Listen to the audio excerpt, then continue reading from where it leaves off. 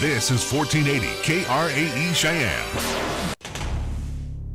What you are about to hear is a sports talk radio show unlike any other that has ever before been broadcast in the capital city of Cheyenne, Wyoming, USA. This is Cheyenne, Wyoming's Sports Talk Authority. The Wyoming Cowboys, the Denver Broncos, the Colorado Rockies, and the Denver Nuggets. The show is local, it's regional, and yes, the show is national as well. Wyoming Sports Talk Today is on the air.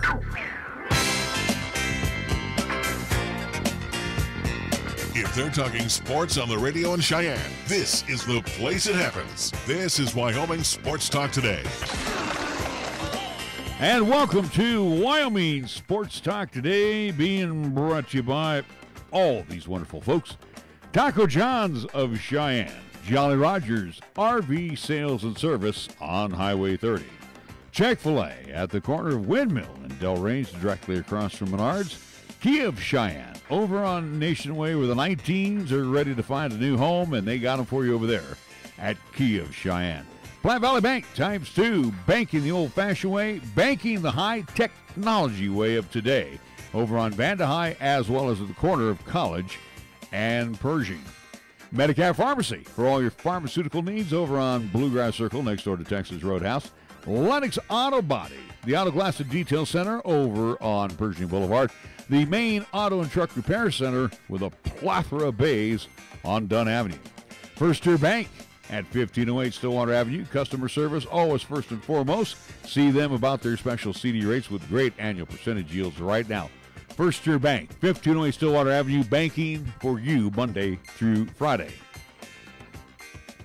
Mondello's Pizzeria at 1507 Stillwater Avenue. Sweet Dean, the Greenway Commons, serving up delicious Paisan cuisine 7 days a week. See Joe and the gang today at Mondello's Pizzeria. Marv's Plumbing and Heating at 1515 Logan Avenue. Remember, they're on the job 24/7. Don't ever hesitate to call Marv's Plumbing and Heating. And we get things underway with our scoreboard. It is being brought to you by Pepsi of Cheyenne. Here's Nick.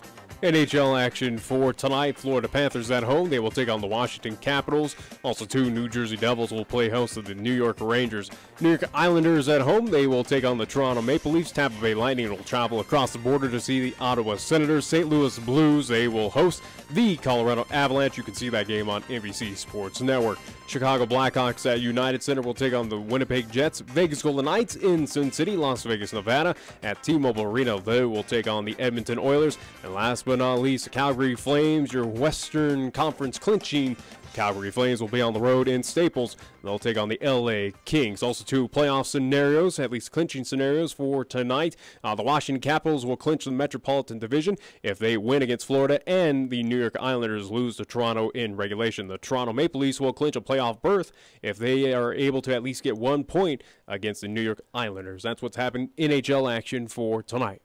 And we go to the Major League Baseball scoreboard, and here's what's happening right now as we speak. Bottom of the ninth inning at PNC, the Pirates and the Cardinals are knotted up at 5 apiece. Top of the fourth inning at Progressive Field, the Tribe and the White Sox, no score. Games getting on underway before we leave. It'll be the Tigers at the Yankees, Brewers at the Reds in the 5 o'clock hour. Cubs and the Bravos. It will be the Orioles at the Blue Jays. Rocks will take on the Rays in the Trop as they stay in Florida. The Mets and the Marlins at Marlins Park. Astros and the Rangers in the 6 o'clock hour from Globe Life Park in Arlington. The woeful Giants and Dodgers at Chavez Ravine in the 8 o'clock hour. Athletics and the Bo Sox tonight in the Oakland Coliseum. Also on late starts on the west side of the country, it will be the Diamondbacks and the Padres at Petco, and the M's will host the Angels. We move on to the NBA scoreboard, and here's the slate of activity on tap for this evening.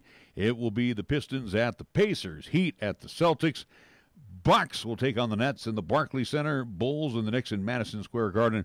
Magic Raptors at Scotiabank Arena, Trailblazers and Timberwolves in the Target Center. Mavericks hosting the 76ers, Hornets and the Jazz in the Vivint Smart Home Arena in Salt Lake City. And the Phoenix Suns and the Cavaliers tonight hook up at the Talking Stick Resort Arena. Boy, there are some dog games tonight in the NBA. Our scoreboard brought to you by Pepsi of Cheyenne. Hi, I'm Alex White, tea master at Pure Leaf. When I make tea, everything I know goes into it. You can't be impatient. When I craft pure leaf iced tea, I don't take shortcuts, because I want you to have the same amazing taste of iced tea that I do. So I start with fresh picked tea leaves. Then, after they're delicately dried, I blend and brew them at a lower temperature to draw out their unique aromas. And then I taste and fine-tune the blend for a delicious smooth iced tea. I'd love to have you take a sip right now, but that's one thing we can't do over the radio. But you can experience the same delicious taste of Pure Leaf iced tea anywhere you are. I'm Alex White, Pure Leaf Tea Master. Pure Leaf, our thing is tea. You're listening to Cheyenne's new Sports Talk Authority. This is Wyoming Sports Talk Today on AM 1480 KRAE.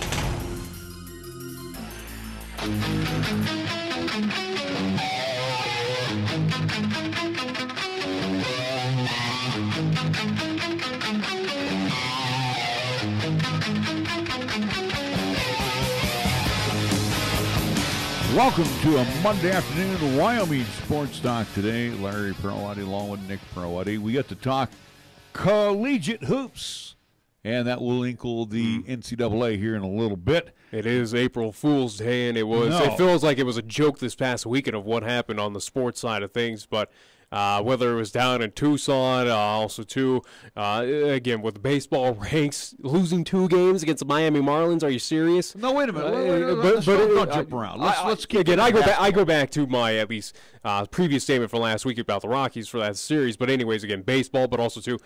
Speaking of which, at least what's coming up on today's show, we will hear at least comments from head coach Jared Bednar of the Colorado Avalanche. Their push right now to get into the playoffs, and also too in the 4 o'clock hour, we will hear from former Cheyenne Stampede head coach Neil Breen, now head coach of a new team out in the state of Connecticut. So going from the Rocky Mountain region back to the East Coast. So we will talk with head coach Neil Breen of his new venture, of what's happening. And again, he is no longer the head coach officially as of today of the Cheyenne Stampede. So again, we'll talk with him.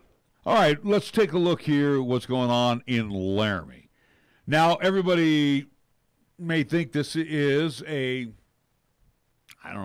April Fool joke. This is not an April Fool joke. We got this. It'd be an awful one to do, at least for today. Again, it is April 1st, but something that is at least we anticipated.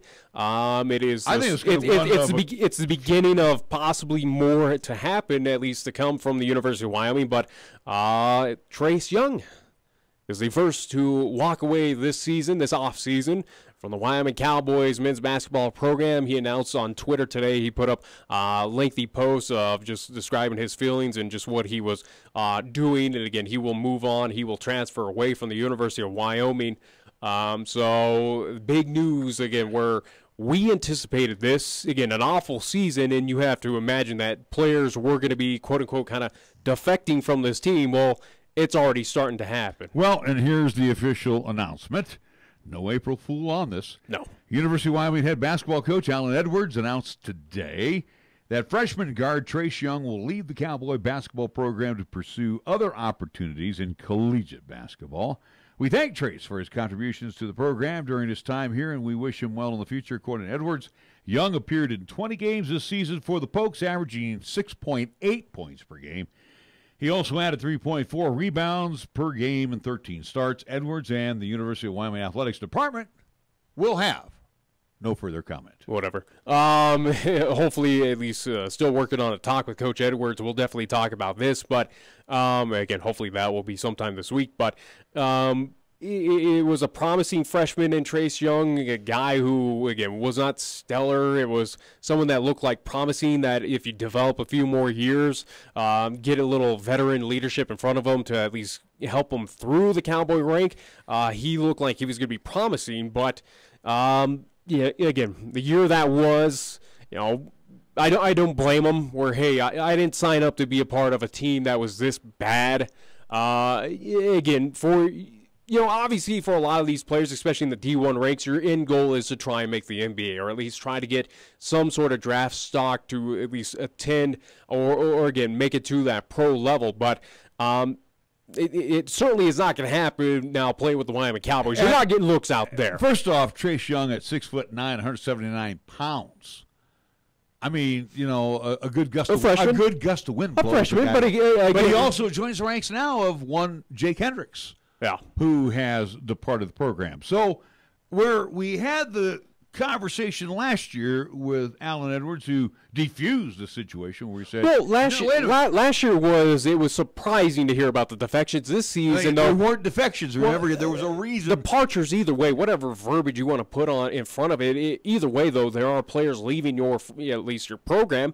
And for the Wyoming Cowboys, this is different this offseason compared to last offseason, where it was surprising to see how many names left the program last year, where, again, we're talking about 21 seasons, CIT, championship, blah, blah, blah. Hey, they were successful, not, upper echelon Mountain West successful, but they were winning games. This season, though, of just how bad it was, this is not surprising, though, compared to where we were at this point in the offseason. This is to be expected. It's a question. It wasn't a question of if. It's a question of how many more are going to leave this program at this point in time. Don't know.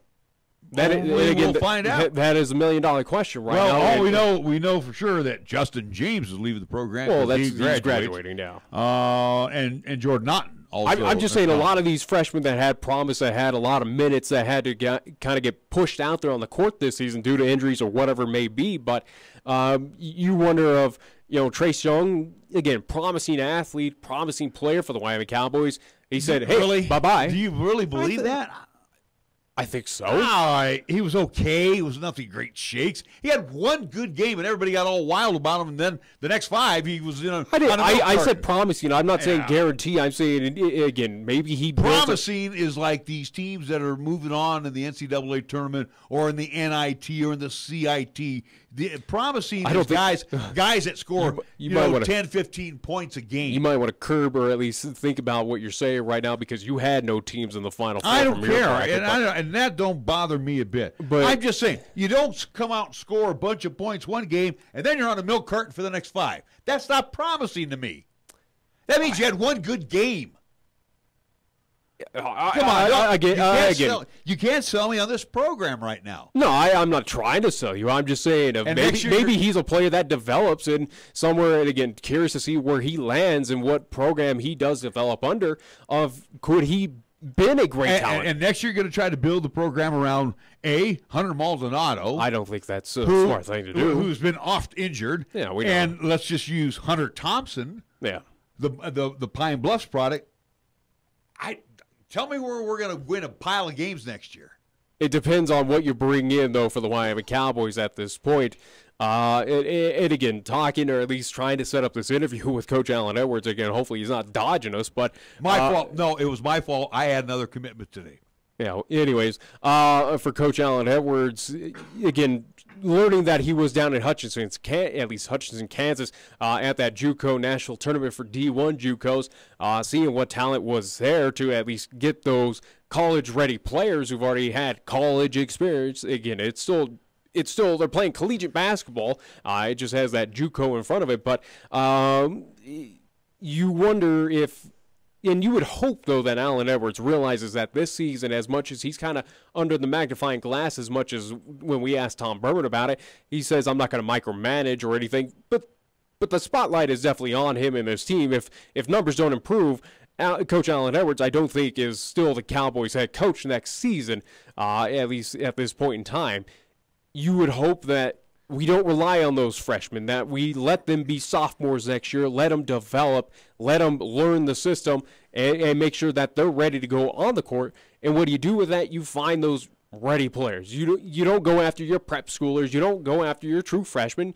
No, let's get some of these bigs that are in Casper or Sheridan or wherever from the country that competed in that national tournament, or any JUCO product at least across the nation, because, again, there's a lot, even here in the Rocky Mountain region. But you need those players that have had that experience, but have also had a taste of that winning nature, that know how to put together winning teams, be a piece of teams that made it to a national tournament, down in the JUCO level. This is just not a good ball club, and I just don't. I'm not trying to sell you this wasn't ever a good ball club. We've been dogging on it since day one. Again, where the expectations for this team was to finish middle of the road in the Mountain West. They might finish 500. Yeah, at least a little bit better 500. I did not expect this team was going to be 20 wins or anything like that, going to an NIT bid or an NCAA bid. There was no way in hell that was going to happen. But for Wyoming, again, that at least seventh place mark, I thought was fair. I think they would have they could have hit that above 500 mark, whether it was 2 or 3 games ahead. But what the season was and how bad it actually turned out to be, it was a bit of a surprise. It was a bit of a shock. And obviously, again, a lot of multitude of factors. But right now, it is what it is. It happened this past year. And for Coach Allen Edwards, you got to improve, clearly. Again, where you have the AD at least putting out his comments, again, not giving him the vote of confidence or anything, but again saying, hey, things need to improve. Well, you need to take that seriously. And again, I just don't know what blue chippers.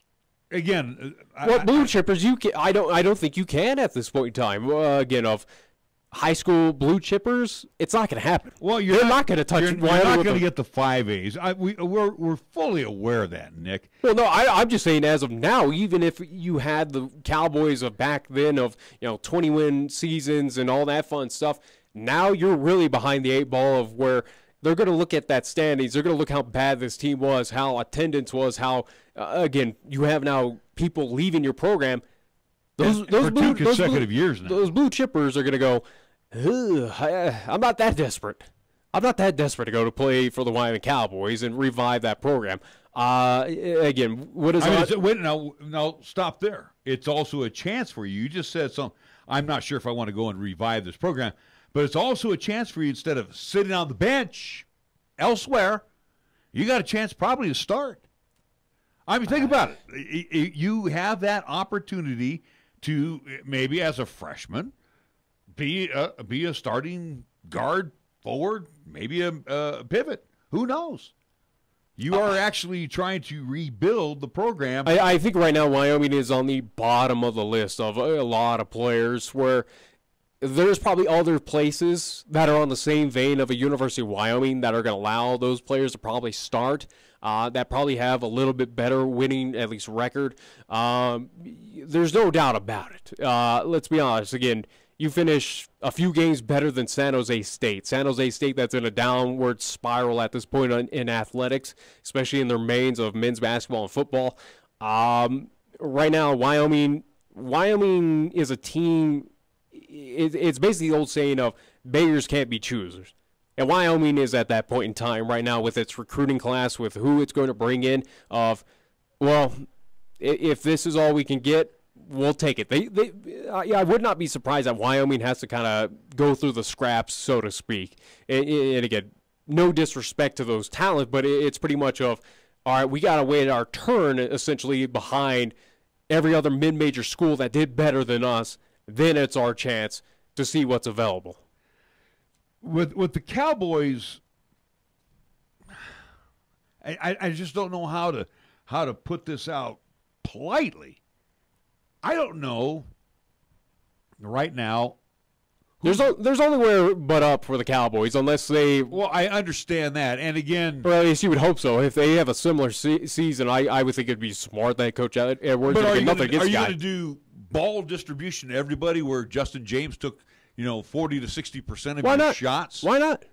It works for the Warriors. But wait a minute, it works for pro teams. But wait a minute. We saw that the Cowboys can't shoot from the outside. That's the first thing I'd be looking for is somebody who can actually shoot from beyond the arc.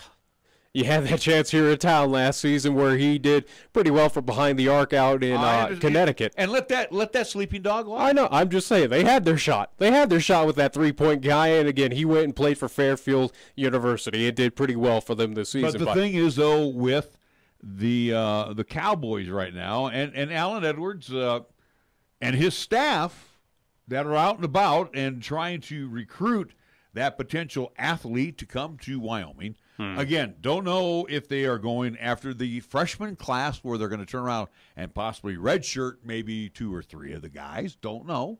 Yeah. Are they going after immediate help on the JUCO circuit? I think that would be the smartest thing to do. I would think so too, because you know what? And I go back to if you got the fire, Benny D's. Benny D's made some very bright moves by going the JUCO route. He got help immediately. No disrespect to the past, but right now you got to look towards the future. If you're the Cowboys, you can't say of, hey, this is what happened in the past. Let's try and emulate what happened. Not asking him to emulate the past. I'm just saying for Coach Allen Edwards, you need to do what is best for this team. I don't think they're good recruiters, if you want my opinion. It doesn't seem like it at this point. Where we saw kind of that true class that was drafted or at least recruited by Coach Allen Edwards, it clearly didn't pan out. It turned out to be just completely awful at this point in time. And I think for Coach Allen Edwards, I think for him to look towards the future, to look for next season where, again, the Flames are already under his behind right now. He's feeling the pressure clearly, whether it's from the front office or whether it's from the fan base that is not showing up and has shown great displeasure with what he's doing right now with the Wyoming Cowboys. I think it's smart for him to take his recruiting book, burn it, and figure out something new. Of going, hey, this is not working. I need to try something different. Yeah, definitely go back to the drawing board. And again, I would go after needs and wants. If you're going to be a three-point shooting team, you look at three-pointers that are at least players that are going to have those numbers. Well, you're going to look at other teams across the nation right now. A lot of them make a living behind the arc, don't they? Well, that's what just I'm saying. About everybody does. You need to find those diamond in the rough that are putting up those good numbers, whether it is on the JUCO side. And we saw, and again, I'll use Region 9 as we've done, again, of what we saw basketball-wise. There's a lot of players, at least on the men's side, whether it's in North or South, that made a living from behind the arc. Look, even as much as he's undersized, and again, hopefully will stay with LCCC this season. Again, you look at with one Tyrese Potoma, he made a living from behind the arc. But he's I get all that stuff, but I'm just saying, even with Tyrese Potoma, what we saw with LCCC, he made a living from behind the arc and did pretty damn well. Well, you know, I look back last year with Zaire Mateen. Zaire Mateen goes to Northern Illinois. Yeah, we lose. I mean, Wyoming didn't even give him any interest. Yeah. Instead of he's going to develop and he's going to learn under that system. In my opinion, one of the best point guards I ever saw. And I've seen a lot of basketball in my lifetime. So, again, as a freshman. And, again, he would have been a 4 for 3 if Edwards would have gone that route. Again, I'm not just saying LCCC. You know, again, like you said, there are feeder programs all across this state. Yeah. That could help. Immediate help to the University of Wyoming. It's got to be better than what we got on the floor now. Yeah. It's got to be better. And again, what still gnaws at my craw is that loss down at CSU. That wasn't a loss. That was an embarrassment. I mean, the whole season was an embarrassment. Yeah, but you know, you lost twice in a row to UNC. But we threw out the pass because of the injuries. But the games this year were lackluster.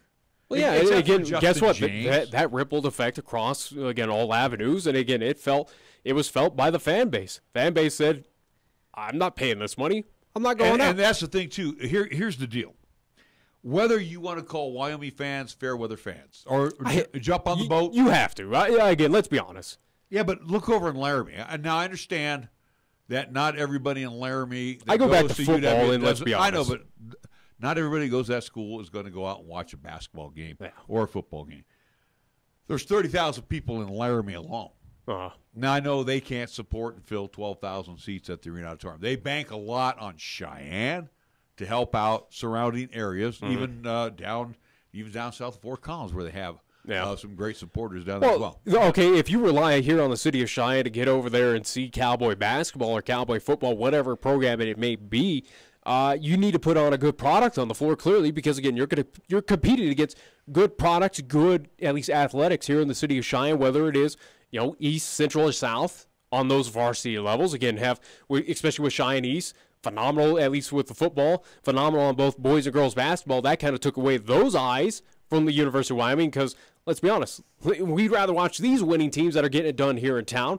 Again, you have to compete with LCCC when they're on the winning track, and we'll even spotlight with Coach Ortmeyer's, again, Lady Golden Eagles at LCCC having a phenomenal season, a historic season.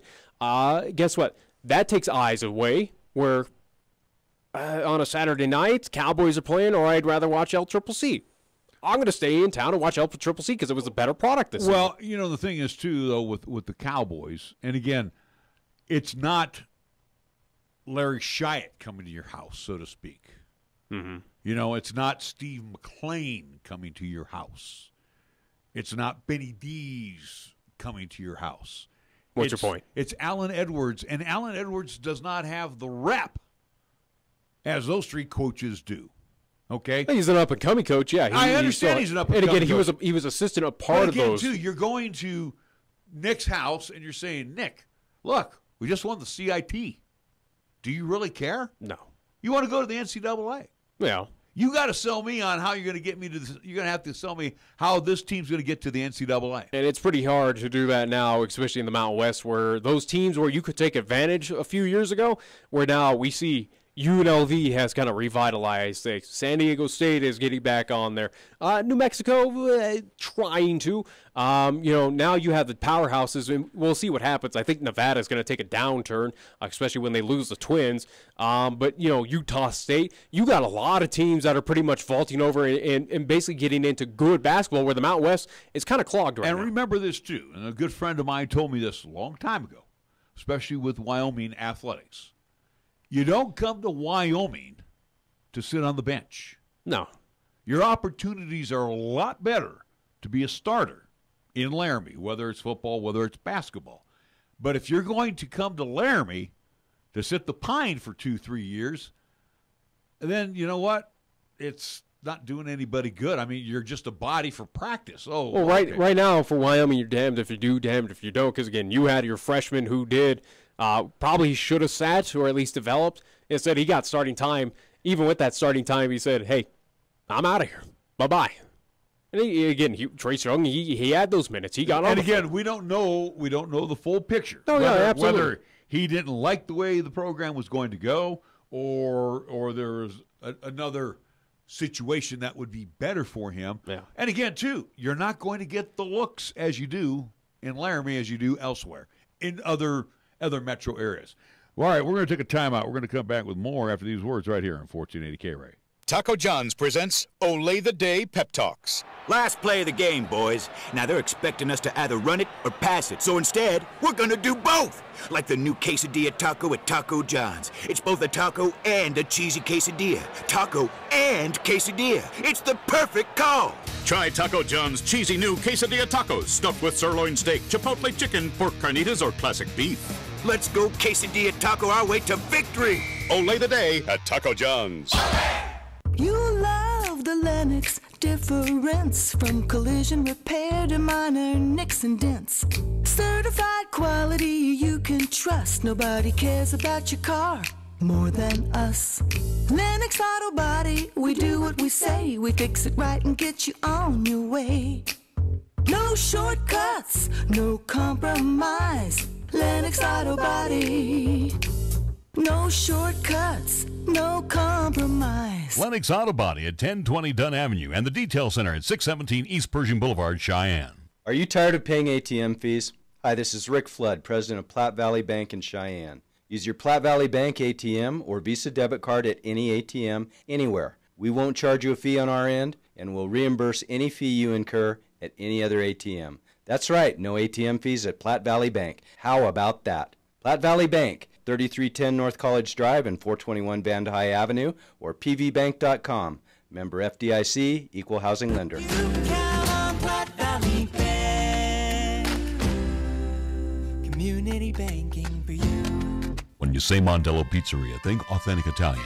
When you say Mondello Pizzeria, think made fresh from scratch. When you say Mondello Pizzeria, think great pizza, delicious Philly cheesesteak, superb hot and cold Italian sandwiches, meatballs, sausage, and special subs, calzones, crisp salads, and great service.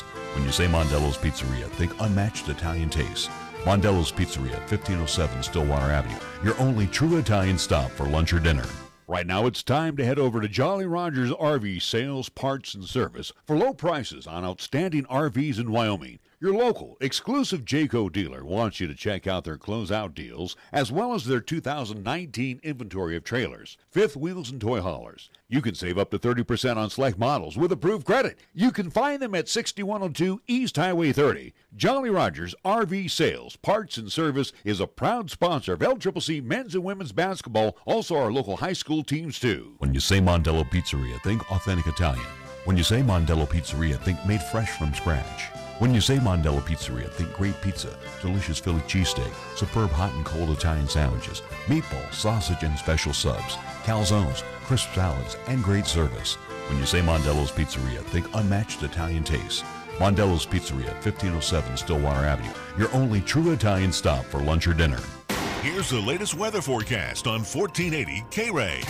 Well, the wise for today, mostly sunny, expected daytime high 51 degrees, mostly cloudy for tonight with our low down to 29. For tomorrow, Tuesday, continued mostly cloudy with a chance of rain and snow showers mixed in the morning and a chance for rain showers in the afternoon. We're calling for a daytime high near 50.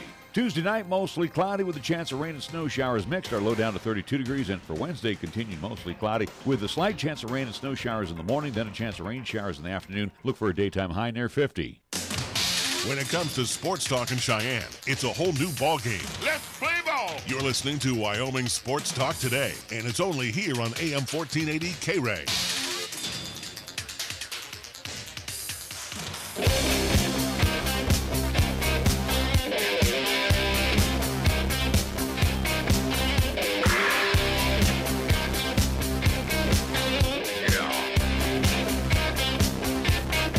Well, the WNIT for the Cowgirls is history, but it was a nice run as they got all the way to the Elite Eight.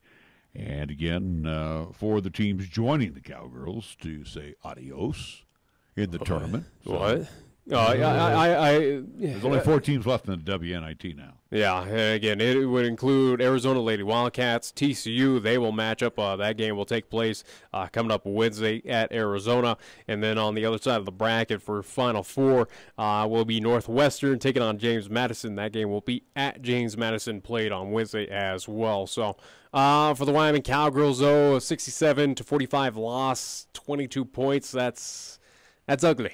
That's a whipping right there. Where for Arizona, again, you look back to about their second round matchup where they took on Pacific and put up that kind of at least point spread and a whipping, 64-48 over Pacific. Only an 8-point win at home against the Idaho Lady Vandals, but Arizona clearly at home. They came to play. They were ready for that one. You wonder, and again, hopefully we'll talk with Joe Legursky about that game. He did not have post-game comments. Unfortunately, at least we would play that if we did. But for the Wyoming Cowgirls, you just wonder if it was more of a factor of Arizona, accustomed at playing at home, that crowd that was loud and strong, and again, probably at least looking at the attendance, around almost 8,000 there. 7,700 change, yeah. So again, a very large crowd that Wyoming was not used to this season, as much as it was kind of growing to that point. But you just wonder if that played a factor. It had to, but also too again, where it was their first game on the road for quite some time. Also playing a factor in the game was the Cowgirls scoring 10 points in the first quarter, and then coming up with 5 in quarter number 2. You look, but again, quarter number 2 was a defensive battle where it was 5 for Wyoming, 7 for Arizona. But, you're down. You find yourself down by 9 after 1. You kind of want to kick it into another gear. Yeah. I mean, if you look at the bookends, first quarter and fourth quarter, they got smoked. I think plain and simple, it was Arizona, again, feeding off that crowd. They showed up to play. They're used to that home atmosphere. And, again, they're going to get more of it coming up this Wednesday. But for Wyoming, you just wonder if it was their first time on the road. Haven't played on the road for quite some time. You're not used to that environment, not used to that atmosphere. You're used to, getting that 6-man advantage, being at home there in Laramie, Wyoming. Well, you were without it, and it almost was that kind of crutch for the Wyoming Cowgirls if you were too much reliant on that, and it wasn't there for you. Well, shooting 31% is not going to win you a lot of games. No. We've had many of those like I said, stats before where we read. Well, we go back to that northern Northern Colorado game where numbers weren't as pretty. They were a little bit better than what we saw here, but it was something where, again, I said with Northern Colorado, you can get away with it against the Bears here in the first round. Seeing it against Arizona, and I said this last week as we were at least getting close to this game, you can't afford those kind of contests Not against the Pac-12 Arizona. opponent. No, and you have to give the Pac-12 the respect. Team shot 16 of 51, the Cowgirls did. 2 of 12, just as ugly from outside. Yep. That's 17%. But this is a team that doesn't shoot a whole lot from behind the arc. I understand, but, you know, Taylor Rusk 0 for 3, Marta Gomez 0 for 4 last night. You know, that's 0 for 7 right there. Yeah. And not that, you know, even if they hit 3 of them, does it make a difference? Well, yeah, I mean, that's 9 points. But the thing is, though, you still lost by 22. So yeah, but I mean, you're still down by double. Usually, those are one and dones when you're shooting from the outside. Yeah. So, rebound wise, they got dominated on the boards, 36-29. So, they've been out rebound at least a few times in previous games. A little more sloppier for the Cowgirls in this loss, where they turned it over 11 even times. Though their counterparts had one more. So, again, Yeah, it was pretty much split down the line. So kind of garbage time, though, too, where they turned it over. I get that. But, again, if you're going off of pure numbers, though, both teams were pretty much even on turnover. So not one team had an advantage on that. Arizona shot 47% from the field. That'll get it done, 25 of 53. Yeah. They were 39% from beyond the arc, 5 of 13. Free throws, 12 of 14, 86%. So, again, the numbers by quarters. Yeah. The big difference, though, and, again, you can go by the quarters here in a sec, but the big thing, at least stat that at least kind of glares out to me, is Arizona 38 points in the paint compared to Wyoming with their 24. That's pretty much 14-point difference. They got dominated inside. There's no doubt about it. I mean, Kate Reese had 13 points, 9 boards. Ari McDonald, 25 points and 6 boards. So This stat line, and again, seeing those points in paint, kind of reminds me of what we saw that final game with LCCC against Northeastern Junior College there in Scotts Bluff, where kind of the same situation where LCCC just got outboxed. They were just dominating on the inside, and there goes the Lady Plainsmen to move on and win, at least in that Region 9, at least second-round tournament. So, again, we've seen that where Wyoming, again, not knowing the heights of Arizona, knew they were a big team, knew they were going to be aggressive on the inside, but didn't anticipate it was going to be that big of a difference. Again, 14-point difference between the two, where Arizona takes that advantage inside. So the Cowgirls wrap up at 25-9 for the season, and the Lady Wildcats will move on to the Final Four at 22-13. Cowgirls scoring 10 in the first quarter, 5 in quarter number 2, came out of the locker room, scored 14 in quarter number 3, 16 in quarter number 4, as they were outscored in the halves by Arizona. Arizona 19 in the first quarter, 7 in quarter number 2, so they went into the locker room leading 26-15. Yep. Outscoring the Cowgirls in quarter number 3 with a 16-14 margin, and then 25-16 in quarter number 4. You ran into a brick wall. That was a Pac-12 powerhouse, or at least a good team out of the Pac-12. Arizona were in that contest. They led the entire game. Wyoming not once, other than 0-0. They did not have a lead in that contest. So, again, just tells you how formidable of an outfit that at least Arizona is, and just how tough it is to win there in Tucson. At least there, again, a crowd that was 7,700, almost 8,000 packed in that place.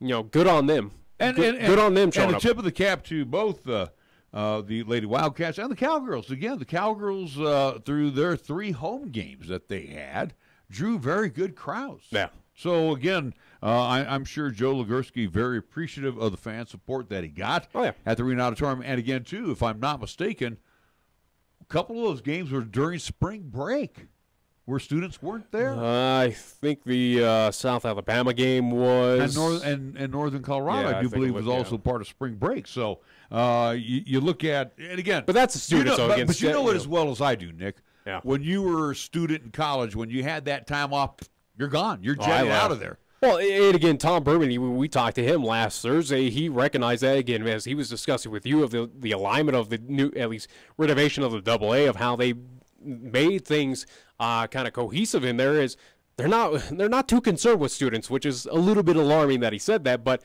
it is something. But he didn't mean it that way. No. Yeah, it was more so of, hey, we want, our season ticket holders right there. We want them to have, plenty of seats to at least pack that AA. So, again, without the students, so you while before they start packing that AA, Yeah. especially with the product that's on the floor right now on the men's side.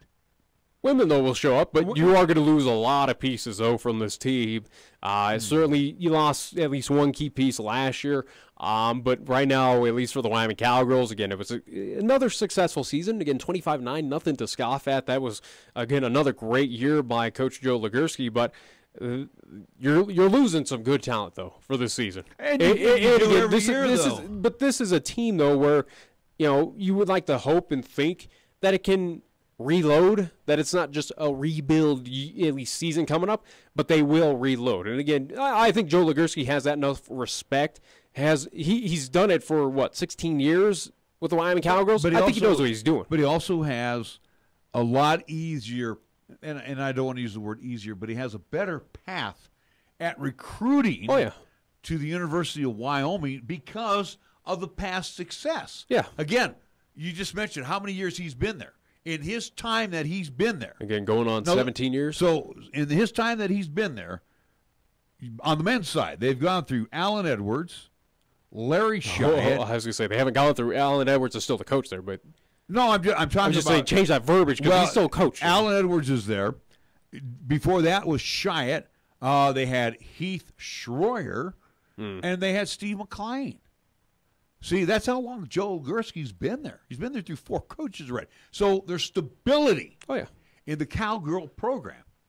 And with that stability, it makes recruiting to UW, again, it's not the competition because the Mountain West speaks for itself for the ladies. But again, recruiting to Laramie and the stability on the bench right now with the Cowgirls and winning as often as they do and usually getting some postseason invites, whether it's NIT. Yeah. The Cowgirls are a program that you especially on the ladies' side, you definitely consider going. I have a question for you, but we can get it after this break. All right. We'll talk more about Joe Legursky and his Wyoming Cowgirls, but there's a question that I've kind of just racked in my mind, and I'll ask you about it coming up. All right, we'll take a timeout. We'll be back with more after these words here on 1480 KRAE. Capital Lumber is number one in Cheyenne. Are you listening? We're all the lumber store you'll ever need. For electrical, plumbing, paint, and tools, lumber and hardware, we're for you. And we're out to earn your business, yes indeed. Capital Lumber is number one today. Are you listening? Capital Lumber's at your service all the way. Capital Lumber Company serving our area for over 53 years at 1222 Dunn Avenue in Cheyenne. 1480 KRAE is your home for live play-by-play coverage of high school basketball and football. Hi, this is Nick Brody inviting you to hear all the play-by-play calls of East, Central, and South football and basketball. You'll hear the conference action along with the postseason, and during the basketball season, 1480 KRAE features both boys and girls games. Catch all the exciting calls on AM 1480 KRAE, also streaming the games worldwide on the web at 1480KRAE.com. At Medicap Pharmacy, we concentrate on nothing but your medications and your health. Each location is a locally owned, full-service neighborhood pharmacy.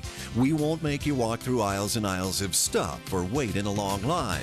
Instead, we'll always make time for you by listening, answering your questions, and explaining your prescriptions. Medicap Pharmacy, we'll always make time for you. Medicap Pharmacy, 1947 Bluegrass Circle, next to Texas Roadhouse in Cheyenne.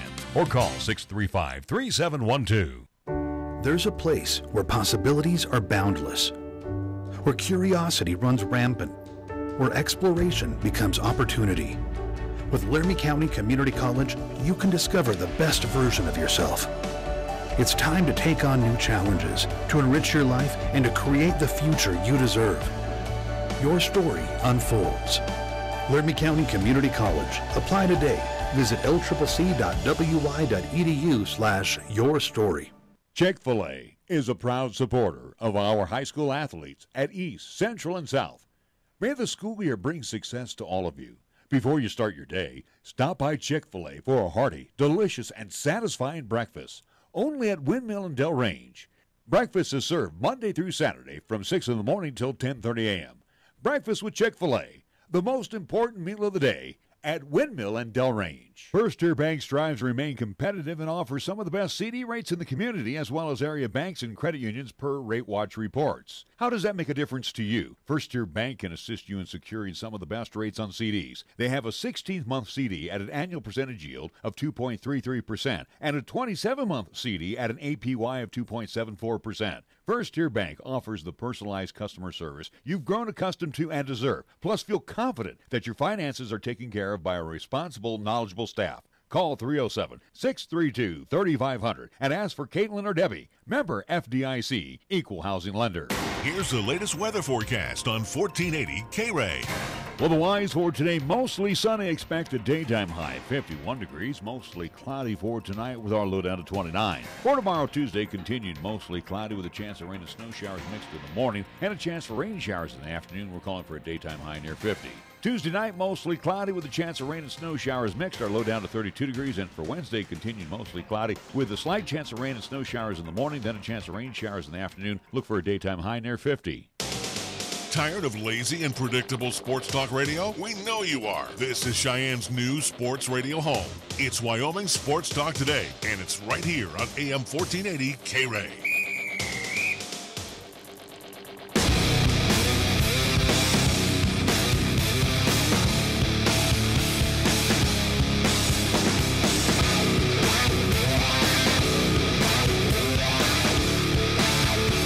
Getting close to wrapping up hour number 1 of Wyoming Sports Talk today. Neil Breen, former Cheyenne Stampede head coach, now with a new position, will be joining us in the 4 o'clock hour. He'll be joining us from the state of Connecticut. He won't join us in studio as he's done in the past, so instead we will hear him via phone, which is kind of a rarity, but again, he'll be live out in Connecticut about his announcement that came out earlier today. And we'll hear from Jared Bednar, the head coach of the Avalanche, who are still clinging. They're a point ahead of Arizona. And they played one less game than Arizona, too, thus far in the standings. And we are getting down to the nitty-gritty. I think, Avs have 4 left, and the Coyotes have 3. Or the Coyotes. Coyotes. However you want to call it.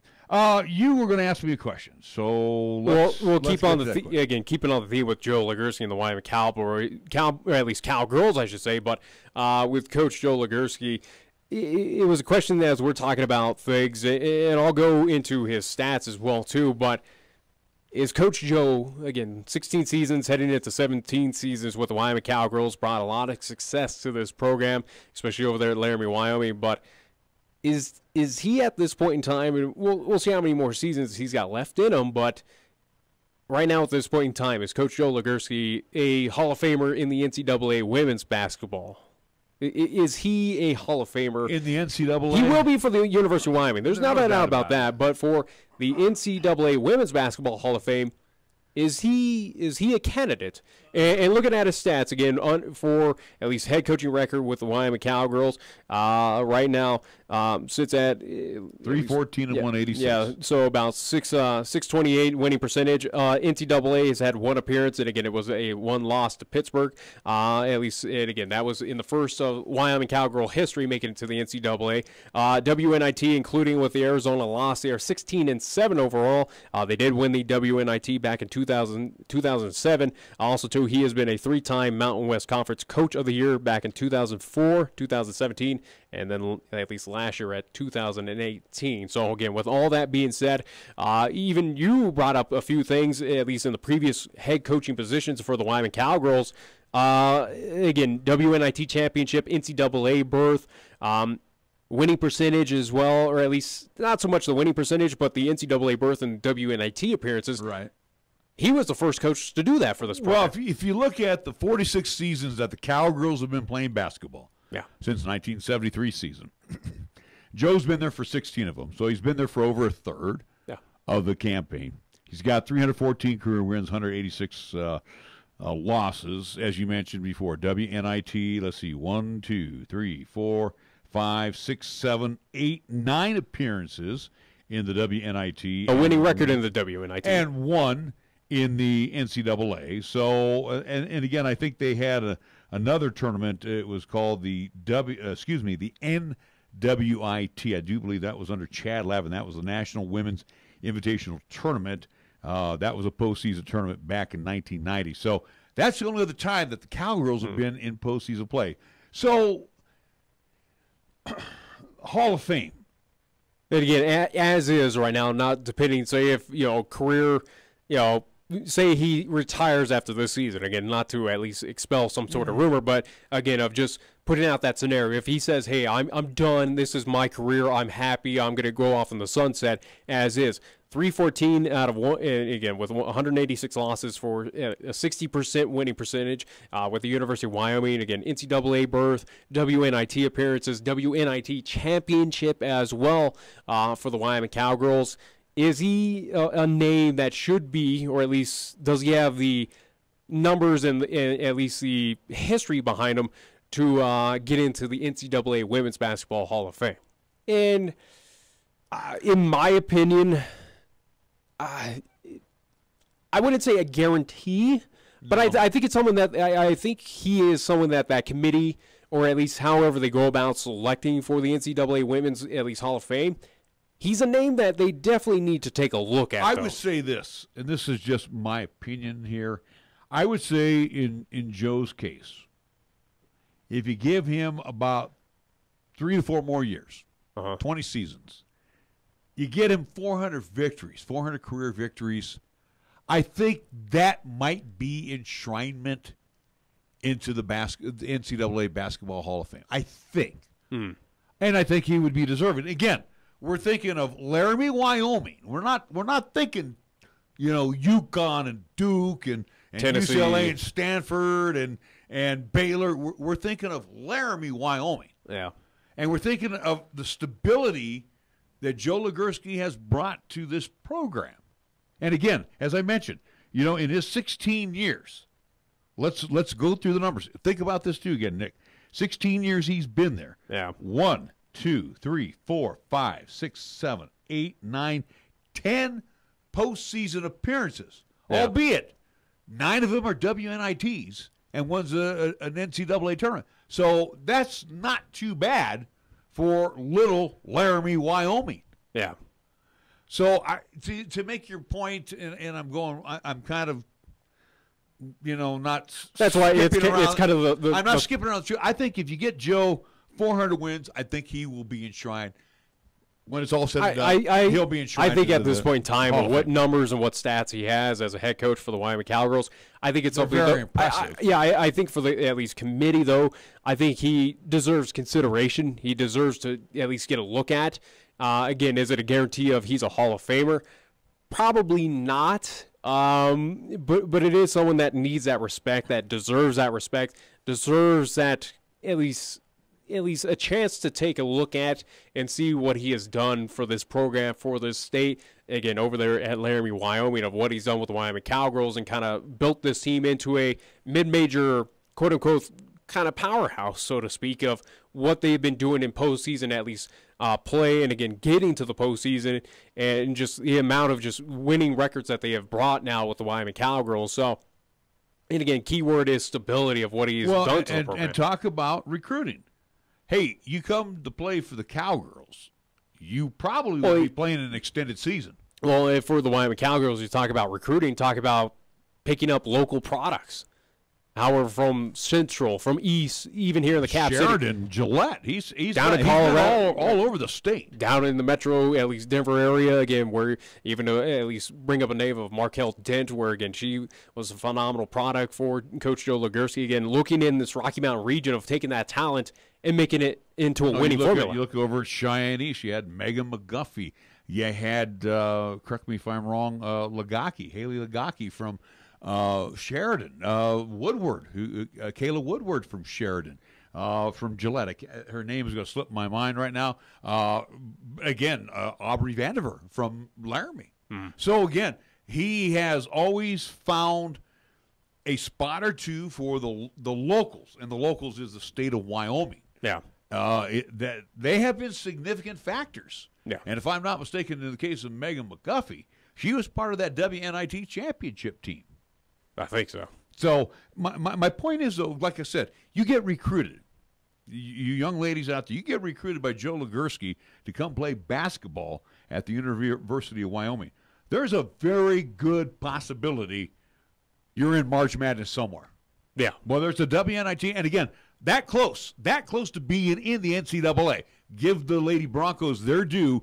Boise State this year, they were a very good basketball program. If the Cowgirls would have played a little closer game against the Lady Broncos, maybe they might have been that bubble team. Again, this season was, for the Wyoming Cowgirls, it was historical in a sense where they finally made it to that Mountain West Championship where they had a shot at it, where in seasons past they have not. They've exited out early in that tournament. So for the Wyoming Cowgirls, for Coach Joe Legursky, they finally have gotten over that hill.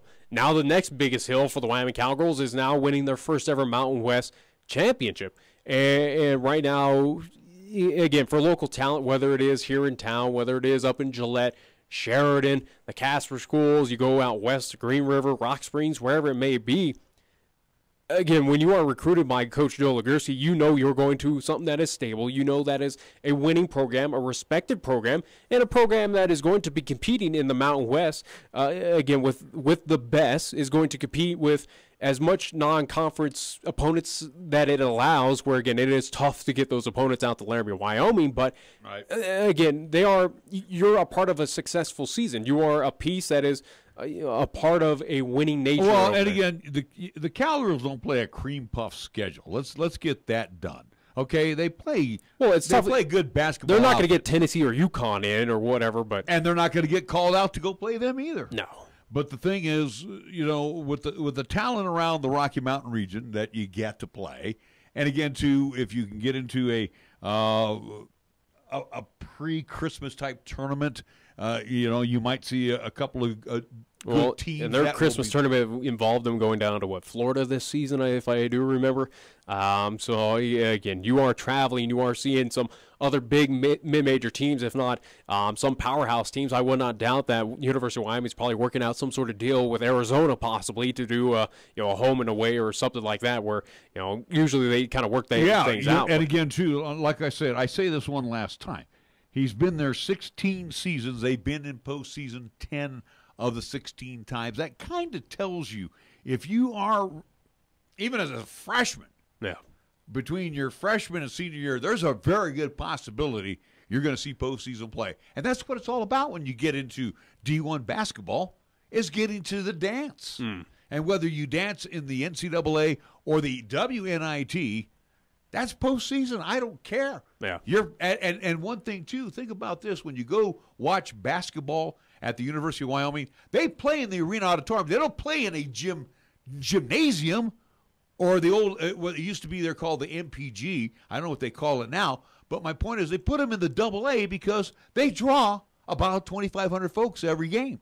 So, again, if Joe Legursky comes talking to your daughter about playing basketball, you definitely want to think about sending her over to the University of Wyoming. We'll be back with hour number 2 after these words right here on 1480 KRAE. This is 1480 KRAE Cheyenne. Also being heard on translator K266CC Cheyenne at 101.1 FM. What you are about to hear is a sports talk radio show unlike any other that has ever before been broadcast in the capital city of Cheyenne, Wyoming, USA. This is Cheyenne, Wyoming's Sports Talk Authority. The Wyoming Cowboys, the Denver Broncos, the Colorado Rockies, and the Denver Nuggets. The show is local, it's regional, and yes, the show is national as well. Wyoming Sports Talk Today is on the air.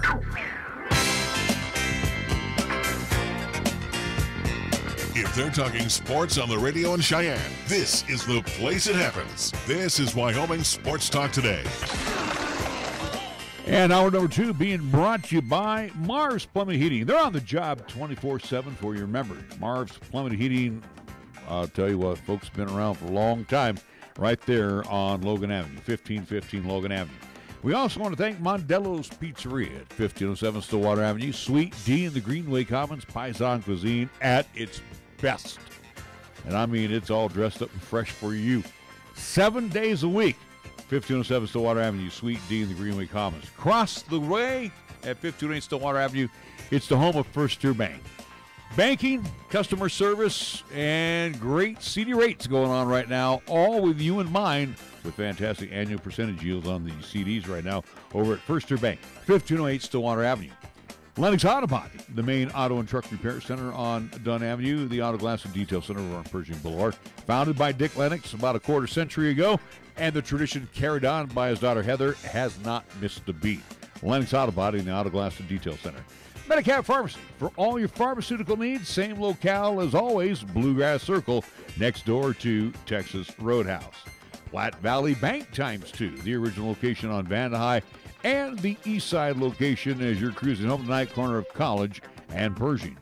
Kia of Cheyenne over on Nation Way. You know, in addition to some pre-owns they have out there, they have some select 18s on the lot, but the 19s right now are flexing their muscles and waiting for you to take a test drive. Check out what Kia has for you. My good friend AJ Miller and the entire crew out there invite you to come on by, kick a few tires, take a test drive over at Kia of Cheyenne on Nation Way.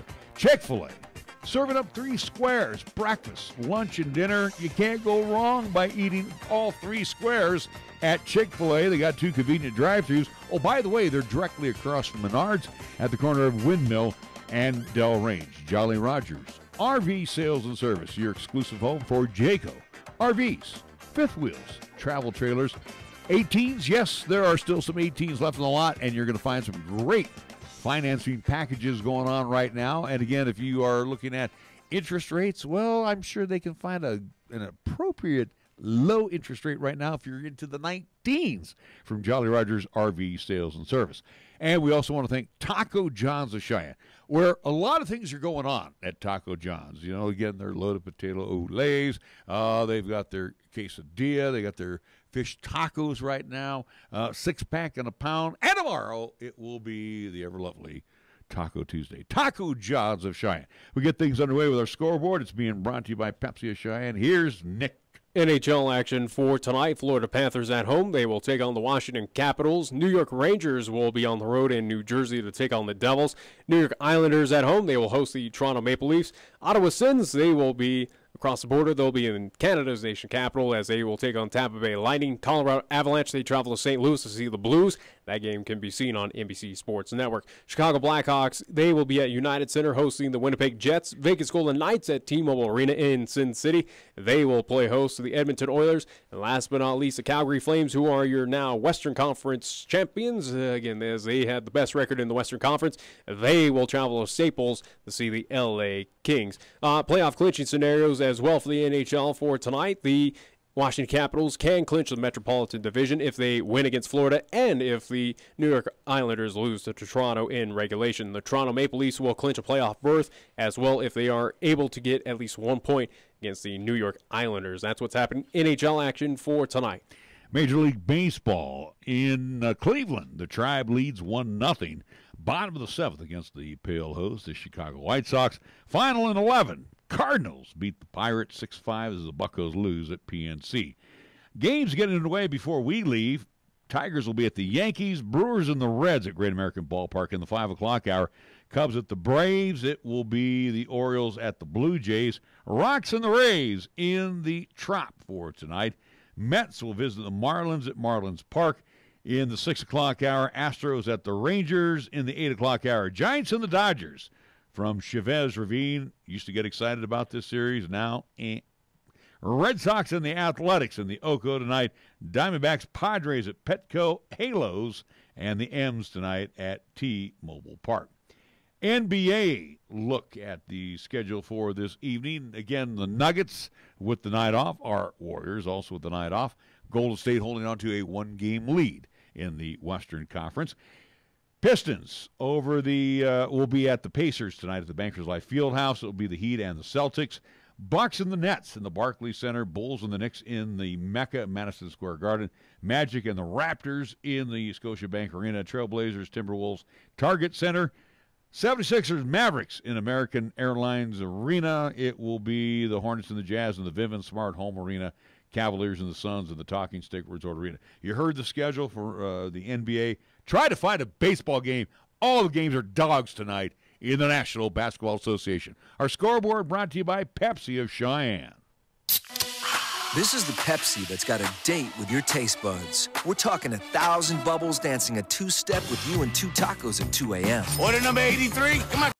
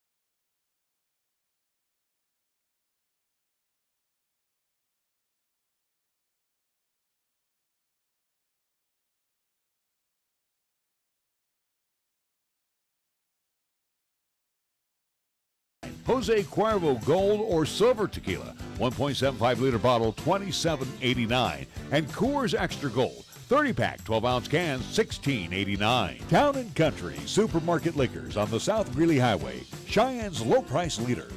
We're entering our 14th year and still going strong.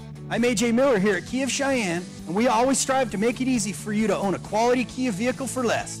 Right now, we can help get you into a new 2019 Kia Stinger and really make your day. Kia Stinger comes with an 8-speed automatic transmission, paddle shifters, push-button start, 18-inch wheels, leather seat trim, and heated seats, all standard.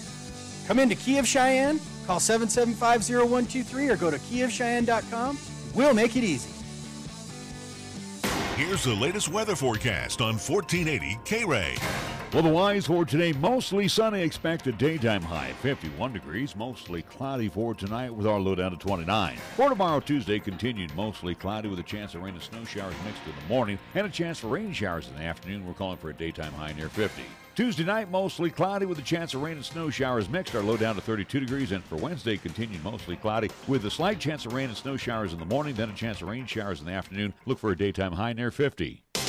Got something to say? Then get it off your chest right now. Phone lines are open at 307-514-1071. Make your opinion count and call the show. Wyoming Sports Talk today.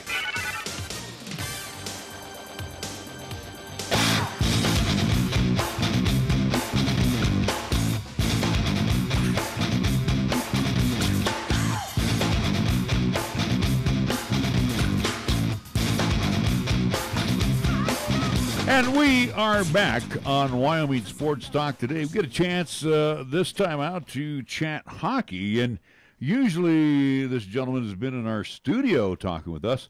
He's usually joining us Tuesdays at about 4:30, talking about what happened on the local side. Yeah, Western States Hockey League, and said now he's going to be talking for at least the beginning, at least next season of what's happening in the EHL, the Eastern Hockey League, and what's going on in the state of Connecticut. So we welcome on Neil Breen, the new Connecticut Chiefs head coach and also general manager. So, Breener, good to talk to you once again, buddy. Yeah, how's it going, guys? Good to chat with you. Now, Coach, let's get into this. I know our last time that we talked to you that you had to keep your options open once that the Stampede said that, we may not be in business next season. And again, Stampede, as of right now, still are in that dormant phase. That's right. And you got a family to feed, so I'm assuming that you were released out of your contract, or, how did this all go? Because, technically you were still employed by the Stampede, right? Yeah, so that's kind of how it worked out is we kind of had a chat, and Mark and Tammy have always been great to me, and they're honest people, and they were kind of in a scenario where they felt it was necessary to let me know that that it's possible that the team may not continue going into the next year, and they understood with the son on the way and things like that I needed to kind of look out for my best interest, and the opportunity with the Connecticut Chiefs came up, and it was kind of a situation that I couldn't refuse. Heading into the Connecticut Chiefs, or at least staying on that theme, give us a little background about this Chiefs team. Are you coaching a similar kind of style team as what you saw here at the Cheyenne Stampede, kind of that high school age? Just give us a little background of at least the Chiefs and the EHL. Yeah, of course. So this is Junior A Tier 3, which is similar to the level of the Cheyenne Stampede and the WSHL. The difference is, sort of exposure. So the Eastern Hockey League between 2018 and 2019 did over 260 NCAA commitments, which is a really impressive number. They're actually the leader in North America for NCAA commitments out of Junior A Tier 3. So, it's kind of a scenario. We're in the backyard of a majority of the NCAA hockey programs, so they can come and catch a game right outside their backyard. It's as far as speed and skill, it's pretty comparable to the Western States Hockey League in some cases, but I think the overall depth of the league, and the numbers don't lie, right? The NCAA sort of believes in it, and the league itself, I think, depth-wise as far as teams go is a little bit better. So it's definitely I think it's a step up for me as a job, and I think it's a great opportunity for me to start mingling with those NCAA programs a little bit more. So maybe 3, 4, or 5 years down the road, I get that opportunity as a coach. Now, also, too, you're going to wear another hat in addition to being on the bench. You're also going to be the general manager of the Chiefs. So, you've been in this game a long time, Neil, so you know what to expect and the good, the bad, and the ugly of the business. But are you're bogging yourself down here by adding that extra position? No, it varies from team to team, the general manager position. Some teams, look to the general manager to be sort of a lot more on the business side of things. But, in this case, the general manager is a guy who kind of takes over on the recruiting aspect of things. And, we have a president and an owner that kind of takes charge of more of the business side of things. So it's really, the title really lends itself to being more of an operational status, in regards to recruiting and finding players and signing contracts and things like that. It's less about the business side of things. You have some youngsters here in Cheyenne that skated for you and came with you to this program. I'm venturing to say that, knowing that you are now the new head coach, that your phone has probably rung a couple of times? Oh, yeah, man. It's as we speak here, I've had about 90 million phone calls coming through. Phone's blowing up quite a bit. There's a lot of visibility in this league. From a standpoint of exposure, with colleges. So it kind of opens up old doors. Like when I worked in the North American Hockey League and the USHL, it opened up some old doors with contacts that are like, oh, okay, well, Breen's in this league now. We know that if we get a player to him, that he's got a better chance of making it to NCAA and things like that. And then, some of the young guys like that we had there in Cheyenne, I mean, the opportunity, the doors are open for them too to come and have a go. Our camp is coming up here in April 19th. So, I'm obviously going to be reaching out to those guys, seeing if they want to come down and give it a go. And obviously with the recruiting trail that you were already on for the Cheyenne Stampede this offseason, even with the team, again, we all knew it was heading to that dormancy, but you still had to act as if the head coaching position was still here, at least for the time being, for the Cheyenne Stampede. But with that list that you were generating for recruits to come to the Cheyenne Stampede, have you kind of just now easily transitioned to say, hey, I'm not here, instead you can come play in the junior levels here in the state of Connecticut? Yeah, I mean, regardless of where I'm working, I'm looking for recruits for to play hockey. I'm looking for the best guys available to play on whatever team that I'm coaching. So yeah, the guys that I've been contacting throughout the season, obviously it's kind of just a quick phone call to let them know that I'm in a different spot and that I'm going forward with continuing to have them as a recruit. And yeah, so the guys that I've been kind of looking to bring into Cheyenne are obviously, hopefully going to be coming out this way and giving it a shot here. And, I've also talked with Mark and let him know that, hey, listen, when things start to shake out that way, there's no problem with me helping out in the recruiting aspect with them there as well. I mean, we're not really in direct competition necessarily. A lot of the guys that are going to be playing for me are from New England area and some pipelines into Canada, but there's a lot of players out there, and I'm happy to help Cheyenne in any way that I can. One of the things that we always talked about here in the Cheyenne area, especially for these young men, try to get the fan support, and of course Cheyenne was probably one of the better supporting staffs for the young men that skated for you and other coaches here with the Cheyenne Stampede. Tell us a little bit about hockey in general in the New England states, especially where you're based out of Connecticut. How's the support out there? Yeah, so fan support here really isn't an integral part of the experience. It's more of a development setup out here. I mean, the games it's a different format on the weekends. Like we we do play Friday and Saturday games. It's rare that there's a Sunday game, but there's also games during the week, and the purpose for that is so that the college coaches can come and watch. I mean, if you're playing games on Fridays and Saturdays all the time, the college coaches are coaching on the weekend. So this league does about 5 weekday games, meaning Monday through Thursday a month. That way, the college coaches can get out and see the guys play. So you have a lot of hockey here. Within an hour radius of our facility, you have over 15 NCAA hockey programs. And so, at any given time, these coaches can come and watch these guys play. And the other side of that, on the fan side of things, is, a hockey fan's going to go watch an NCAA game over a junior game anytime. So, the fan support here doesn't become as big of a deal.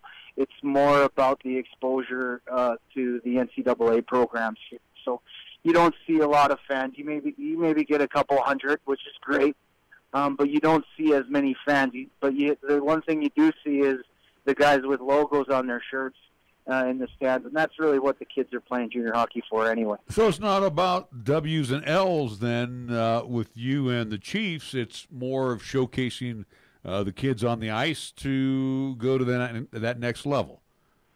For sure. I mean, obviously, there is an urgency to collect wins, because ultimately, the longer you're playing, the more exposure you're getting, and a chance to win a championship is always a special experience and adds a little bit of character to every guy that goes through that experience. But, at the end of the day, that's what this league is all about, is moving guys on to college hockey.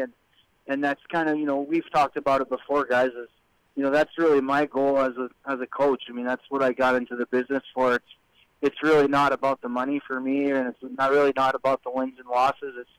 It's as a player, I really had I had the honor of playing for guys that are a lot like I am now, which is, their goal is to move you on to the next level and help you with a successful career. So, yeah, it's a special kind of thing. It's a great league, and they do a great job of promoting players, and that's really what I'm all about. Shifting back, at least from Connecticut here to the Cap City Cheyenne with the Cheyenne Stampede again, as we all know, again, in the dormancy period, hopefully at least Cheyenne Stampede hockey will exist this upcoming season. But as you mentioned there, head coach, at least with the mutual understanding of having to move, again, where you need to feed a family, you need to take care of your family, and this opportunity came for you at the right point in time.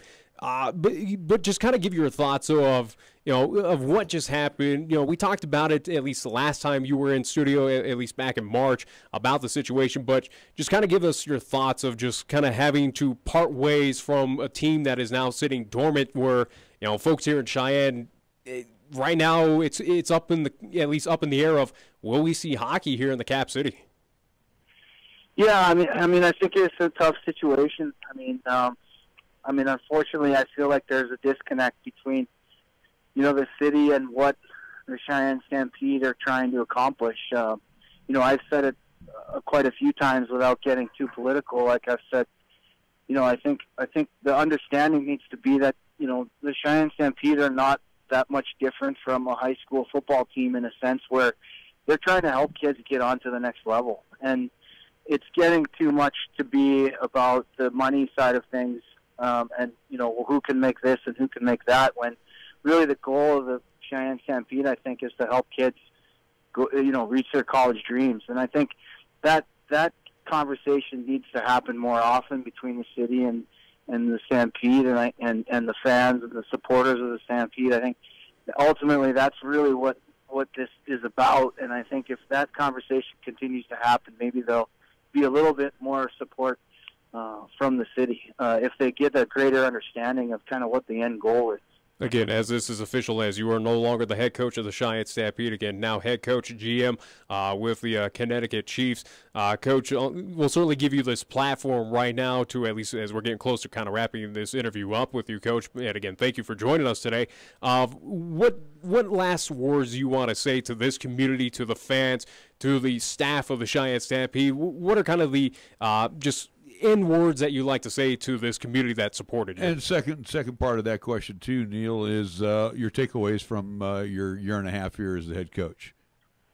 Yeah, I mean, I think, that's a tough one, guys. I mean, it was hard for me to have to uproot the family and move to another situation when I think it could have been a great scenario there. I mean, the fan support is excellent. The situation is excellent for players like Mark and Tammy. Have done a fantastic job of building a really nice place for guys to come in and learn the game. And, they recruit quality coaches in there, and they've done a great job. And I think that, at the end of the day, I think, the continued support for a program like the Stampede in Cheyenne is huge. I mean, I think the footprint in that area in Wyoming gives a place for players of the junior hockey age, the high school age, to grow and learn the game and have an opportunity at the college level. And I think, like I said before, I think if the conversation continues to be around, what the Cheyenne Stampede has to offer for, college-bound athletes, hopefully, it can get somewhere and it doesn't have to be this thing that it is now. So I want to thank everybody in Cheyenne for all the support they gave me, and obviously Mark and Tammy. They were excellent to me and my family, and you guys, and everybody involved. I mean, we had a great time when we were there. We loved all the support, and Heather and I are really hoping that this thing gets figured out so that footprint of developing athletes for college can continue in the Cheyenne area. Neil Breen joining us here on Wyoming Sports Talk today. Good luck out there in Connecticut, and I'm sure you'll be successful as always. So we appreciate you joining us here on Wyoming Sports Talk today. 4:27 our time at KRAE. He threw me off there. Anyway, again, usually when you say stuff like that, he would have a compliment afterwards. But again, you decided to cut him off. So 4:27 our time at 4:20 KRAE. We're going to take a timeout. When we come back, there you go. When we come back, we are going to catch comments from the Avalanche head coach, Jared Bednar, and we'll be back after these words here at 4:20 KRAE.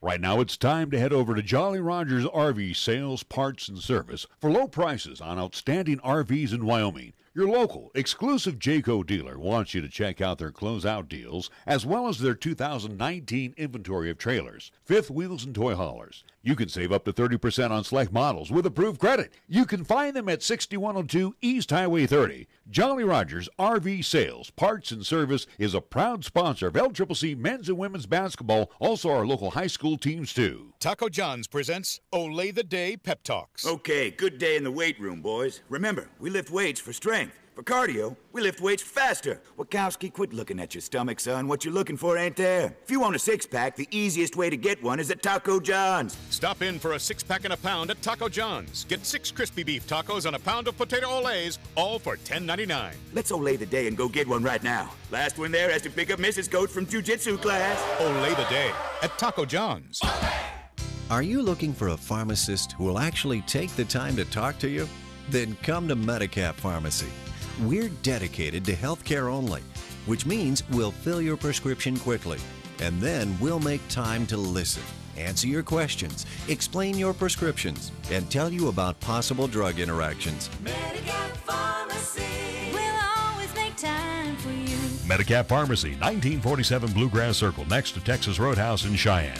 Or call 635-3712. At Platte Valley Bank, we understand that you have a busy life, and that means you don't always have time to come to the bank. That's why we offer user-friendly online and mobile banking with features such as bill pay, recurring transfers, and mobile deposit, so you can bank how you want when you want to. Whether you prefer to bank in person, over the phone, or online, Platte Valley Bank makes it easy to take care of your finances. Platte Valley Bank, member FDIC.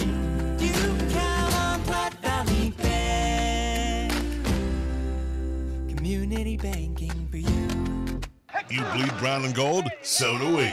Wyoming Cowboys football and basketball is always front and center on this show. This is Wyoming Sports Talk Today, and it's here on AM 1480, KRAE.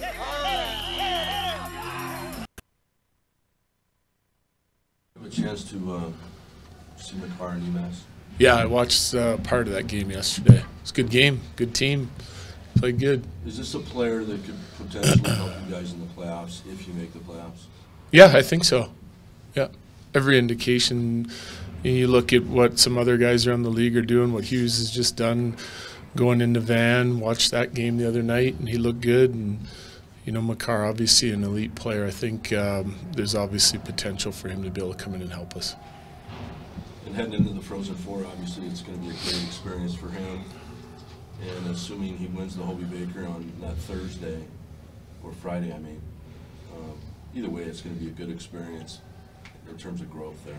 No question. I think you look at what he's done there this year, and then you look at, the way their team's playing, and now going to the Frozen Four and having a chance to win the Hobie Baker. I think all those experiences will help him, no question. And playing, in a national championship tournament like that, it's what you want from your prospects. You want them to play important games that mean something, where they have to push and help their team win, and that's exactly what he's doing right now. Do you think that is the realistic plan? If he is available, you'd sign him, or is that out? Yeah, I don't know. That's a management question. My focus is more on all the players that we have in our room and what we got to do down here in the last 4 games. Of course, Miko remains out. I imagine he's not going to play tomorrow. And then as far as Colin Wilson, what's the latest with him? Him and Calvert just took maintenance days. Yeah, and Miko, I don't really have any new updates on him. Landy says he came out of Friday's game just fine, so yeah. Obviously that's encouraging. Yeah, that's great. You're always just a little bit leery to see how the player's going to play, number one, after being out that length of time. And then you want to make sure that they're coming out of it healthy and feeling good to go again. And he, checked both boxes there for us. Had a great game. Played 22 minutes, I think, which for a first game back is a lot. And came out of it feeling great and a day off. And he's ready to go again tomorrow. Kind of going back to go for it. No, go ahead. Okay, so going back to kind of what the discussion was about the college game. I mean, you see Makar, of course. You have 3 prospects from Notre Dame. Bowers signs. Couch doing his thing. I mean, what's it kind of like to see these prospects knowing that you're building this good base, and of course there's the potential you might land Jack Hughes or Capo Caco, or at least a high pick in the least with the Ottawa pick? Well, you're always trying to build depth in your organization and get players into your organization that you feel can help you in the future. And I think Joe and his staff have done a great job over the last couple of years, and just kind of watching those guys come in their first development camp and then the second development camp. When you get a chance to watch them play on TV or from afar or even live sometimes during the season, I think you watch their development, you see how they're going, and then you just kind of picture them either here or with the Eagles and continuing their development. And that's what we want. We want to make sure we've got options every year that can possibly come out of the Eagles and help us, or from the college or junior programs. And how important is that, knowing that you need to build depth beyond the first round? Because you look at this team's draft history since 2009, excluding Ryan O'Reilly, Tyson Berry's the only player you guys have had that's played more than a season's worth of games that's been a second rounder and beyond. So how important is that? Well, there's many ways to build your team, right? You want to make sure you're hitting on your draft picks, and we have a lot of draft picks. It just happens that they're early round guys because of where we're drafting, and they're all impact players for our team, and Tyson's an impact player for our team.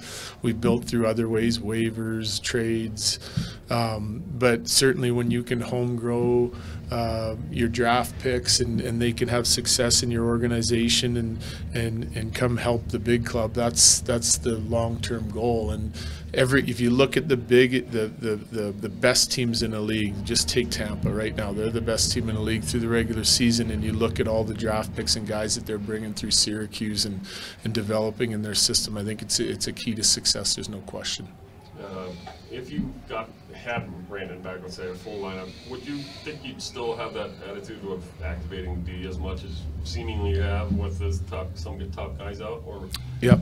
Yeah. Yep. I think we've been, certain players just have it naturally comes to him, like Tyson Berry. He wants to get up and join the play, and we want all of our guys to be options on the exits in our zone, and I think they can help us if you're using your net D on some of the breakouts. And again, middle ice to me equals speed, so if you can get to the puck in the middle of the ice as quick as you can coming out of your zone, then you usually can find some room to maneuver and either create an attack off the rush, or at least a forecheck where you can forecheck the puck back and create ozone possession time. It's something that we have to get better at. It's something that we've improved on here, especially the second half of the year. And, there were times even early in the year when we were doing a good job of it, but just not capitalizing on some of those chances. So I think it's something that we got to continue to work on and continue to get better at, but I don't think it's a mentality that we would change. I don't know if excited is the word, but last week, 4 games left, just what you're feeling going into this? Well, big games coming up. I've been saying this, it feels like for a month already, but now we're down to a 4-game stretch and we're sitting in a good spot. We got to go win some hockey games. We got to go secure our place in the playoffs, and that's going to take some wins here down the last 4 games.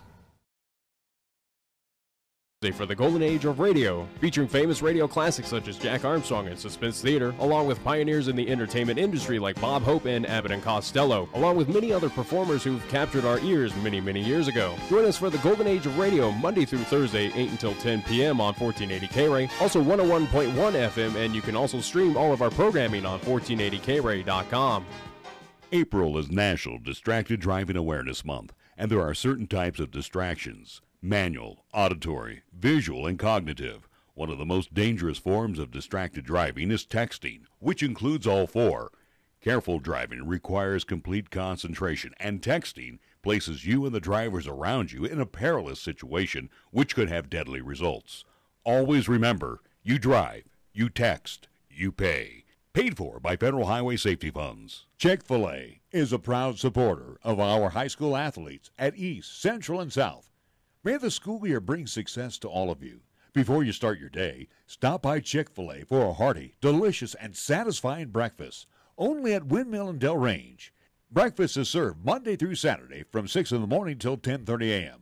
Breakfast with Chick-fil-A, the most important meal of the day, at Windmill and Del Range.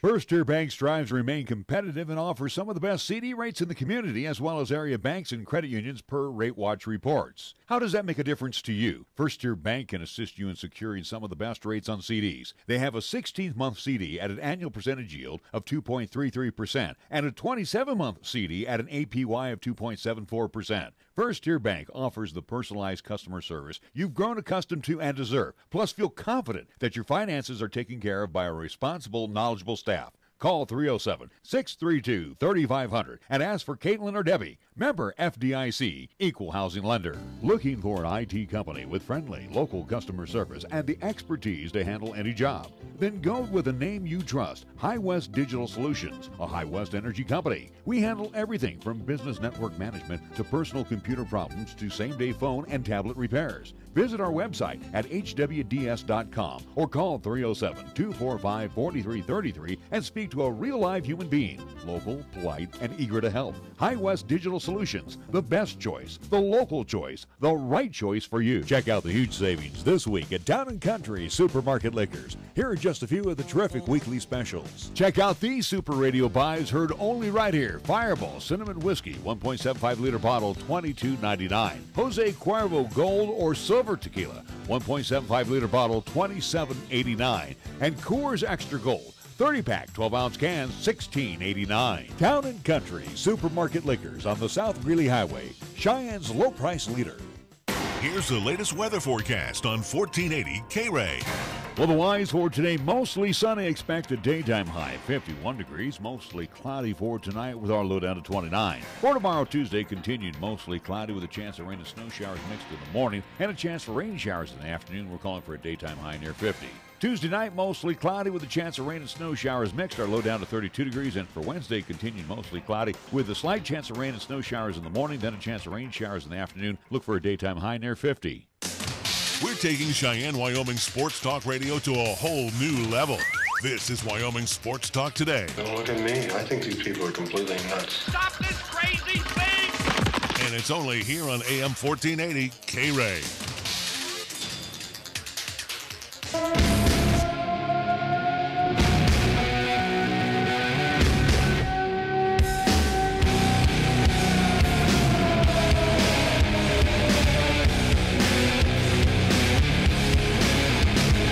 Welcome back to Wyoming Sports Talk Today. Larry Peroetti along with Nick Peroetti. Well, how in the hell are your brackets doing? Mine busted. Toast history. You're done. I'm on the sidelines. I'm On the ESPN Tournament Challenge, where it bases off of a point total, how much points you have remaining, also to percentages, or at least kind of put you in a percentile for you, because you have no Final Four teams, so that means you have no championship teams, you have no champion.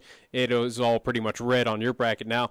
You finish out with 510 points according to ESPN's Tournament Challenge. 88.5% of brackets did better than you, and again, that across, encompasses however million brackets that were filled out. For myself, I got a lot of red, but my only saving grace was Texas Tech, who did defeat Gonzaga. I do have the Red Raiders moving on to the championship game. I did have them taking on North Carolina. Unfortunately, North Carolina is done.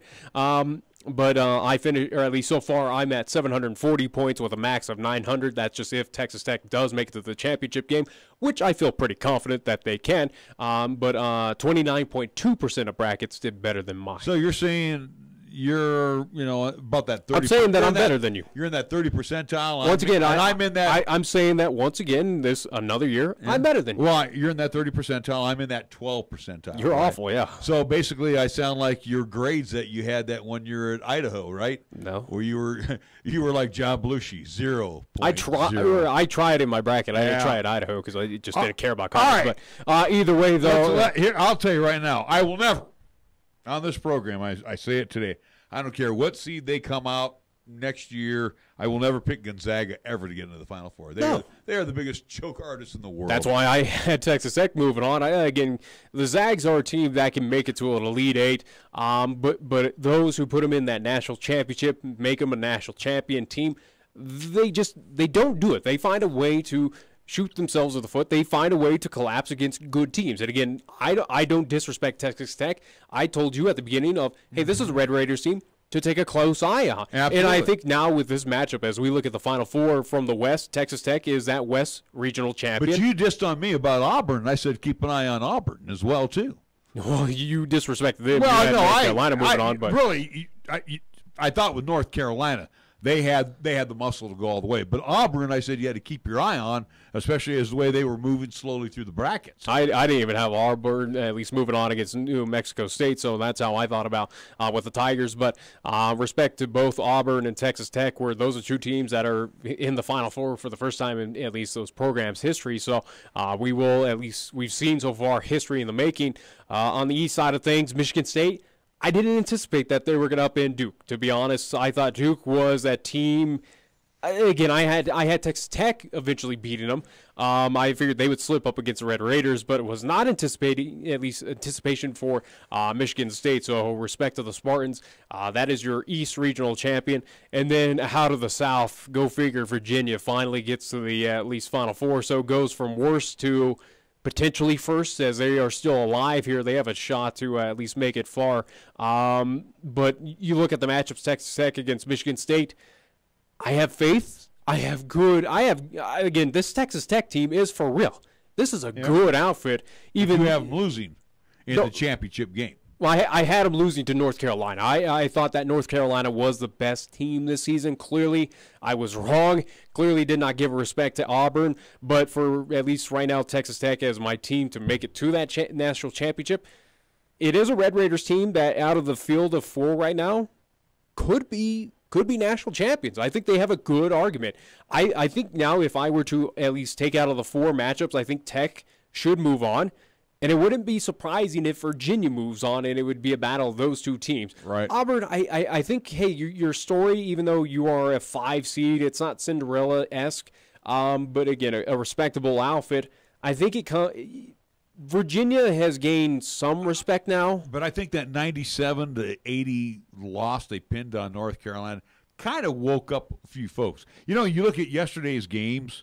Virginia wins by 5 over Purdue, Auburn by 6 over Kentucky, Gonzaga loses by 6 to Texas Tech, and Michigan State by 1.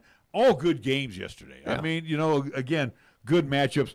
Virginia, I'm still not sold on. This is the team probably is going to win the national championship. No, I don't. I just can't think. There's nothing about this team. Out of the, I would say that they have a better shot of winning the national championship than Michigan State does. But I would put Auburn above Virginia, and I would put above them Texas Tech. Right now, out of these 4 teams, I got to go with the Red Raiders out of Lubbock, where I think they are the team that is firing on all cylinders that can take care of business. Auburn is the Cinderella down here in the Midwest. They're not a Cinderella. No, but I'm talking about here in the South. Virginia is kind of the Cinderella right now. I mean, they are winning. They were certainly the team that most people probably did not expect to be at this point. I certainly did not. I think everybody had them out by the Sweet 16. Correct me if I'm wrong. Yeah, we both had them not making it to the Elite Eight, whether it was losing for me on UC Irvine or U to Oregon. But it is surprising of what Virginia is. But, again, they are a 1 seed. So they finally got over that hump of getting out of those kind of trenches, so to speak. And here they are standing at least a few more games, or at least 2 more games from potentially being national champions. I don't know what to make of Virginia still. Maybe it was a weak South bracket, possibly, again, where you look at their matchup with Oklahoma, Oregon. Again, Oregon was not a powerhouse. They did come in as a very low-seeded 12. But, again, it was not that phenomenal of an outfit. Purdue is not a powerhouse basketball program.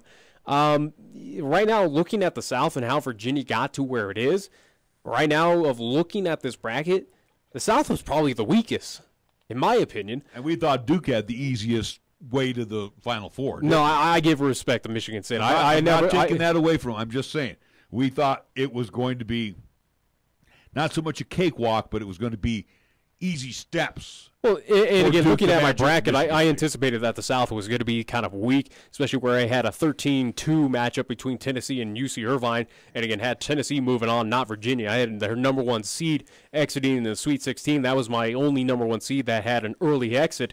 Everyone else was pretty much done either in the Elite Eight or moving on to the National Championship. But right now, how to size up that matchup on that side of the bracket for Auburn versus Virginia, I don't know. I give respect to the Cavaliers, but as much as, again, my mentality goes, hey, this is still a Virginia team that lost to a 16 seed that has this kind of monkey on their back of just can't find a way to win in the national tournament. You wonder if Auburn is that team where Auburn is the Texas Tech on the right-hand side of the bracket, where Texas Tech on the left-hand side of the bracket is those teams that are just they got the winning formulas. They're firing on all cylinders that they can take down these higher seeds, that they can get this business taken care of. I think for the Tech matchup in Michigan State, I think it will be a close one, but I think Tech should win that game. There should be no reason why they don't win against Michigan State, in my opinion. But the toughest matchup right now is Auburn versus Virginia. I don't know what Virginia team is going to show up. Will they collapse, or will they be the team that we're seeing so far that's showing a little dominance right now? I give Michigan State just a little bit of an advantage because they've been there before. Been there, did it, done it. Yeah. There's tradition. There's history on the side of the Spartans. You don't disrespect Izzo, yeah. Yeah. So, and again, that right there is good for a few points in the, on the floor right there with Tom Izzo running the program. But on the other side of the bracket, it is a coin flip for me right now. I think the run for Auburn's going to end. I as reluctant as I would love to see Virginia lose, they're not going to. I think they've had. They really aren't battle tested. I mean, again, they clobbered Oklahoma. They beat a pesky Oregon team. They allowed Oregon. They beat Power 5 teams, but it was Purdue. It was again Purdue is not Kentucky. It's not beating Duke. It's not beating North Carolina like Auburn. How much did that win take out of Auburn beating Kentucky? That's true too, but also it prepares them where they're playing the same amount of games. Maybe it is a slight disadvantage where you're working your butts off against these top echelon powerhouse basketball programs where Virginia's kind of cruising against, here's an Oklahoma, here's an Oregon, here's a Purdue. They don't have the prestige of the national championships like again a Kentucky or North Carolina, big names. You mentioned I'm at the bottom. I'm lower than pond scum here with my picks, and pretty close. I deserve it. Is there anybody in the nation that has gone all the way through and has a 1 versus 5 and a 2 versus 3 for the I think the stat was from ESPN. It was like 0.85 5% of brackets had this Final Four matchup, so it is an extreme rare. Obviously, no brackets are perfect. That was done after, I think, day 2. But it's very rare that people had a Michigan State versus a Texas Tech. Had Virginia facing off against Auburn, and especially in the Midwest, where you look at Auburn of what they had to go through. Again, North Carolina, Kentucky on their way. Looking at Kansas in their way. Mm-hmm. That's 3 powerhouse. That's three powerhouse programs that you have to take on. Kansas, that's known for winning. Yeah, but Kansas North Carolina, that's known for winning. Kentucky, that's known for winning. Kansas hasn't been the same since Roy Williams left. But you respect that program. You respect that team. We respect Gonzaga, but you know what? I don't. You do. You're the dumb one that respects the Zags. Again, I've seen those games in Spokane. I've been around those folks up there where they know not to bet on the Bulldogs because for Mark Few, it's a bugaboo, kind of like Virginia. Of they have that difficulty where they bring in these top-seeded teams, but they can't find a way to crack that egg. They can't get into that Final Four. They can't get into that national tournament for whatever reason. And that is kind of the big bugaboo right now for the Zags. But, again, out of the South, I get it now with Virginia making it to the Final Four. Probably had the easiest route. For the Midwest, though, it is very surprising. It was very hard to predict that Auburn, of all teams, out of there, again, out of the Midwest, was the team that's going to represent the Midwest region. I never would have thought that. It's interesting in the West too because Tech never really was tested in their games until they played Gonzaga. No, look, they beat Michigan a bit, but they kind of whipped on them. But they beat on them by almost 20 points. They beat on Buffalo by 20, and they took care of North Kentucky by 15. You look at Gonzaga, clobbered Fairleigh Dickinson. They beat Baylor by a dozen. They had no problems with Florida State, 14 points.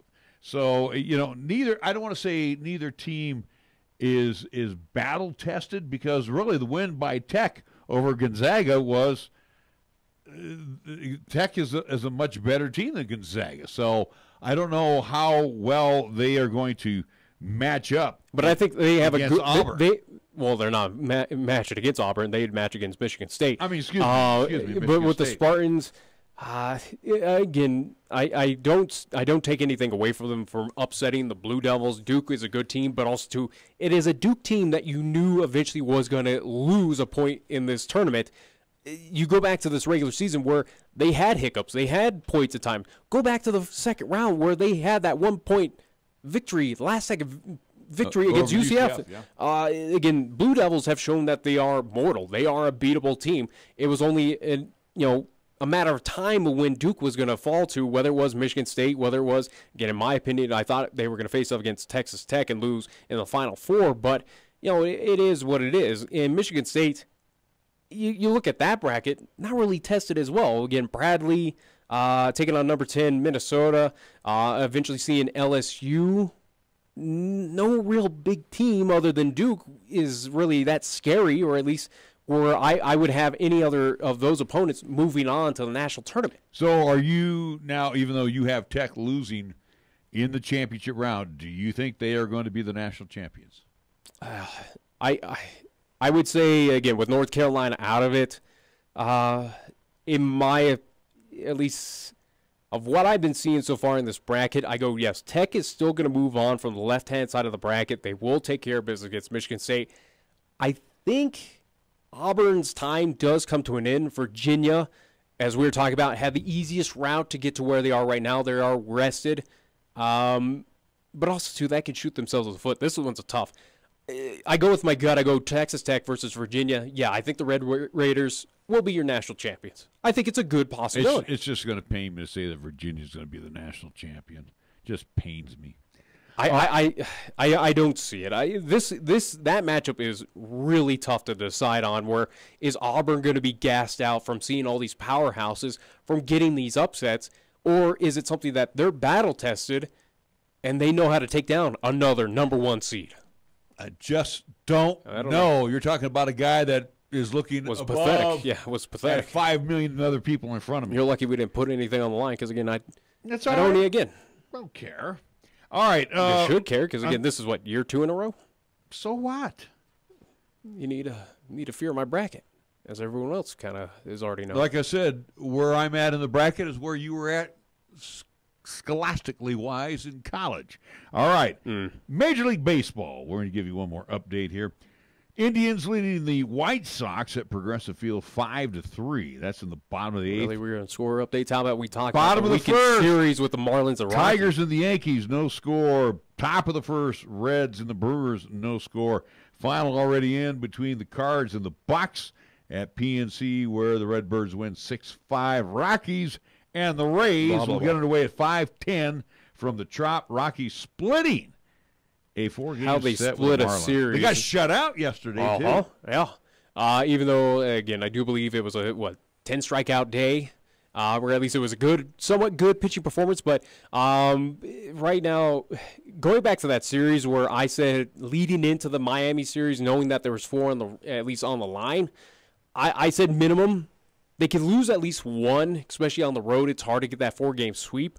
But I envision that this Rockies team, of where we've kind of hyped them up, they should have had no business getting shut out and losing 2 out of 4 to the Miami Marlins. Are you kidding me? Miami Marlins, who were I think on a good predict, and I think a lot of people would agree with me. This is a team that's going to flirt with 100 losses this season. They're not doing anything. Well, right now they're flirting with the Mendoza line. They're 2-2. How the Rockies was 2 to the Miami Marlins? Rockies Are you kidding had me? 5 hits yesterday in the loss. So Is it panic time or anything to worry about? Are you kidding me? No, but it's something where, come on. To start out a season, the only, lose 2 the to only Miami. panic I have right now is the Giants. Can they score any runs? Can they score any runs, Nick? Well, you know the Giants aren't doing anything. I give respect now, or at least I see San Diego. Could that be a dark horse team? Again, they are beating up the Giants, so it's not really a good litmus test, but is San Diego a team to keep an eye out coming up here in the NL West? Is it a possibility with that lineup again with Machado and what they've done in the additions and building up this team from the farm? Are the Padres a team that's ready to kind of knock on the door in the NL West and say, hey, Rockies, we're here. Hey, Dodgers, we are here? No. Because I don't know. Watch with the Dodgers. This, as much as it pains me, those three Chris is smiling right now. Those 3 wins that the Padres at least got this past weekend, they were impressive. I'm going to be happy if the Giants can get 1 against the Dodgers. I think they will.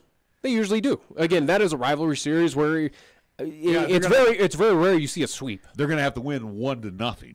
So, but it's just awful. I mean, the outfield sucks. Who's in the outfield? Nobody knows. This is a team clearly, and it was something I just saw that was passed along social media regarding the Giants and at least the front office of what they did this offseason, where for veteran players or at least who are a part of the big club, there was only 3 offseason moves. For their farm system, though, to move them on up to Sacramento or throughout Double-A and Single-A for the Giants, they had 21 at least offseason moves to bolster their farm system. It shows that this is a Giants franchise that does not care about the season, but it's caring about the future, yes.